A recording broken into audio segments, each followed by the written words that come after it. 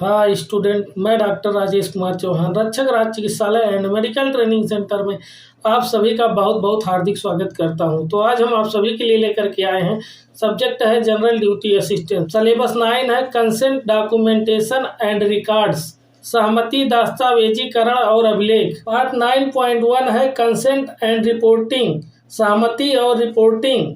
तो जब आप एक अस्पताल में कार्य करने के लिए जाएंगे, वहाँ मरीजों से सहमति की रिपोर्टिंग आप किस प्रकार से करेंगे, तो आपको उसके बारे में पता होना चाहिए। तो आइए चलते हैं सिलेबस की ओर। कंसेंट एंड रिपोर्टिंग, सहमति और रिपोर्टिंग। यूनिट ऑब्जेक्टिव, इकाई उद्देश्य। At the end of the unit you will be able to, इकाई के अंत में आप सक्षम होंगे। Explain importance of observing and reporting the condition of the patient as well as taking consent while assisting the patient।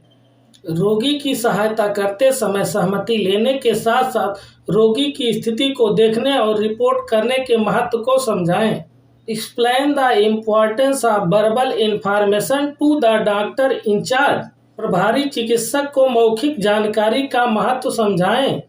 Explain the importance and guidelines for documentation of different observation and informed consent of the patient। रोगी की विभिन्न टिप्पणियों और सूचित सहमति के दस्तावेजीकरण के महत्व और दिशा निर्देशों की व्याख्या करें। Understand use and importance of various records in healthcare setup and how to obtain information from them at the time of follow up or during research activities। स्वास्थ्य सेवा व्यवस्था में विभिन्न अभिलेखों के उपयोग और महत्व को समझें और अनुवर्ती कार्रवाई के समय अनुसंधान गतिविधियों के दौरान उनसे जानकारी कैसे प्राप्त करें। कंसेंट, सहमति। It is a principle that an individual must give permission before receiving any kind of medical care or checkup। यह एक सिद्धांत है कि किसी भी प्रकार की चिकित्सा देखभाल या जांच प्राप्त करने से पहले किसी व्यक्ति को अनुमति देनी चाहिए। This should done as per an initial explanation by a clinician। यह एक चिकित्सक द्वारा प्रारंभिक स्पष्टीकरण के अनुसार किया जाना चाहिए। Consent is needed from a patient side irrespective of the type of treatment required. आवश्यक उपचार के प्रकार के बावजूद रोगी की ओर से सहमति आवश्यक है। Medical ethics and the international human rights law include the principle of consent as its vital component. चिकित्सक नैतिकता और अंतर्राष्ट्रीय मानवाधिकार कानून में इसके महत्वपूर्ण घटक के रूप में सहमति का सिद्धांत शामिल है। The consent can be provided in two way they are. सहमति दो तरीके से दी जा सकती हैं। वे हैं: number 1, in a verbal manner, for example by telling that they are fine with having an x ray done. पहला है मौखिक तरीके से, उदाहरण के लिए यह बताकर कि वे एक्सरे करवाने से ठीक हैं।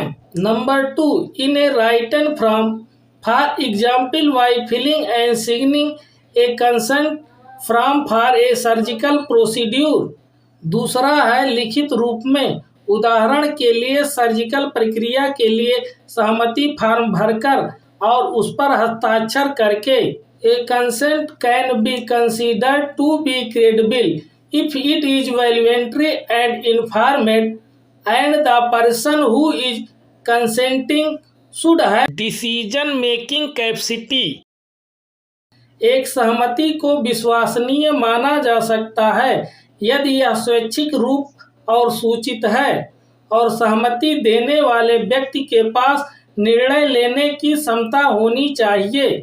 These can be further explained as follow। इन्हें आगे इस प्रकार समझाया जा सकता है। Voluntary, the person who require treatment should give the consent on his own free will without any pressure or influence by the medical personnel, friends or family। स्वैच्छिक, जिस व्यक्ति को उपचार की आवश्यकता है उसे चिकित्सा कर्मियों, दोस्तों या परिवार के दबाव या प्रभाव के बिना अपनी मर्जी से सहमति देनी चाहिए। Informed the medical staff should provide all essential information to the person which include the advantage and risk involved, alternative treatment and the outcomes of avoiding the prescribed treatment। सूचित किया, चिकित्सा कर्मचारियों को व्यक्ति को सभी आवश्यक जानकारी प्रदान करनी चाहिए जिसमें शामिल लाभ और जोखिम, वैकल्पिक उपचार और निर्धारित उपचार से बचने के परिणाम शामिल हैं। Capacity the person should have the capacity to assimilate all the provided information and analyze it to take a well-informed decision। क्षमता व्यक्ति के पास सभी प्रदान की गई सूचनाओं की आत्मसात करने की एक सुविचारित निर्णय लेने के लिए इसका विश्लेषण करने की क्षमता होनी चाहिए। The healthcare personnel who are treating the patient directly should get the required consent। रोगी का सीधे इलाज करने वाले स्वास्थ्य कर्मियों को आवश्यक सहमति प्राप्त करनी चाहिए। For example the nurse organising a blood test for diabetes और a surgeon preparing for an operation. उदाहरण के लिए मधुमेह के लिए रक्त परीक्षण आयोजित करने वाली नर्स या ऑपरेशन की तैयारी करने वाला सर्जन। If a patient has been advised to get a major surgery done then his और her consent should be taken well in advance. यदि किसी मरीज को बड़ी सर्जरी कराने की सलाह दी गई है तो उसकी सहमति पहले ही ले लेनी चाहिए। This will give the patient sufficient time to think about all the provided information related to the surgery, put queries and take back the consent if desired। यह रोगी को सर्जरी से संबंधित सभी प्रदान की गई जानकारी के बारे में सोचने, प्रश्न पूछने और वांछित होने पर सहमति वापस लेने के लिए पर्याप्त समय देगा। Adults can give consent on their own, but in the case of a child patient need to do the needful. वयस्क अपनी मर्जी से सहमति दे सकते हैं लेकिन बच्चे के मामले में माता पिता को जरूरी कदम उठाने की जरूरत है।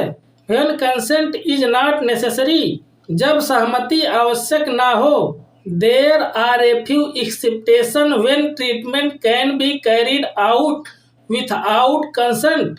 कुछ अपवाद हैं जब सहमति के बिना उपचार दिया जा सकता है।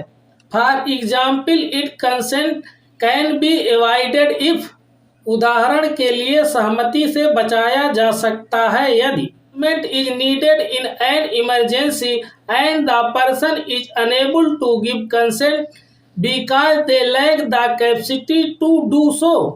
आपात स्थिति में उपचार की आवश्यकता होती है और व्यक्ति सहमति देने में असमर्थ होता है क्योंकि उसके पास ऐसा करने की क्षमता नहीं होती है। A personal with a severe mental health condition such as schizophrenia, bipolar disorder, multi personality disorder और dementia lacks the capacity to consent to the treatment of their mental। साइजोफ्रेनिया, द्विध्रुवी विकार, बहुव्यक्तित्व विकार या मनोभ्रंश जैसी गंभीर मानसिक स्वास्थ्य स्थिति वाले व्यक्ति में उनके मानसिक उपचार के लिए सहमति देने की क्षमता का अभाव होता है। However, in these cases, treatment for unrelated physical condition still require consent which the patient may be able to provide despite their mental illness। हालांकि इन मामलों में असंबंधित शारीरिक स्थितियों के उपचार के लिए अभी भी सहमति की आवश्यकता हो सकती है जो रोगी अपनी मानसिक बीमारी के बावजूद प्रदान करने में सक्षम हो सकता है। दोस्तों, यदि हमारी वीडियो आप सभी को पसंद आई हो तो हमारे चैनल को सब्सक्राइब, वीडियो को लाइक शेयर अवश्य करें, साथ में बेल आइकन ऑल सेट करें ताकि हमारे सभी वीडियो की नोटिफिकेशन आपको मिलती रहे। यहाँ तक हमारी वीडियो देखने के लिए आप सभी को बहुत बहुत धन्यवाद। फिर मिलेंगे कल।